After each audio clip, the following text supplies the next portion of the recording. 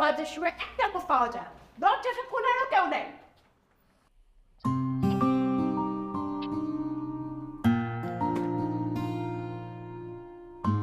Sorry মা।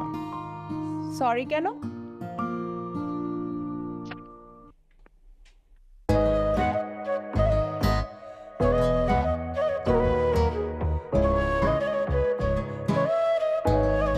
শাড়ি পরবে, মা কি সুন্দর। শাড়ি থাক পরলে আর থাক মা, থাক থাক। এই, তুই কি বিয়ে করে ফেলছিস? আমার কত শখ ছিল যে আমার ছেলের বিয়ে অনেক ধুমধাম করে করব, আমি সাজবো গুজবো গয়না কিনবো। তুই তো আমার সবকিছু একদম কুড়েবালি করে দিলি রে।